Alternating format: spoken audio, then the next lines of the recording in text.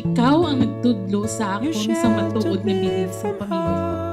Nga bisan ano pa ang matabo, ang pamilya ang mugid ang una kag pinaka-importante. Kept me warm. You gave my life to me,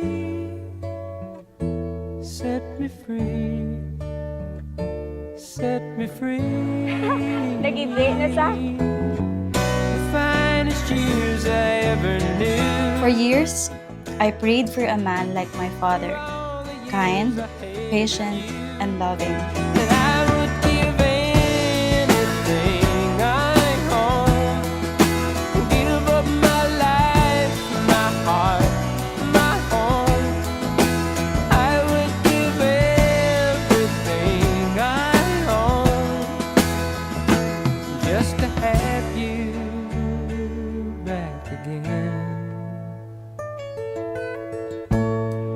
You taught me how to laugh,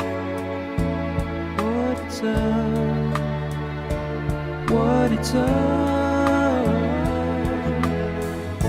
You never said too much, but still you showed the way, and I knew. Along yun sa trabaho niya, hindi ka madali-dali kung ano.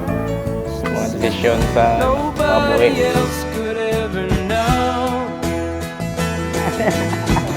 Part of me that can't let go, and I would give anything I own. Hindi kaya Give lahog-lahog. up my life, my heart, my home. I would give Hindi ka kami pagkakayan ka po naman. just to have you back again.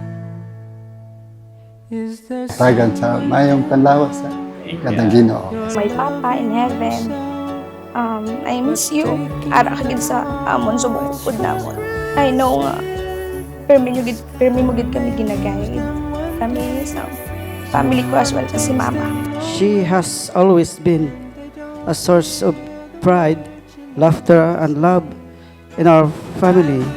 And today, seeing her begin this new chapter fills my heart with happiness. my heart, my home? I would give everything I own. Isa ining kapasalamat, isa ka paghigugma, kag isa ka pagpasidungog sa amay nga Just to nagabalangga touch you sa akon si wala kondisyon. once again.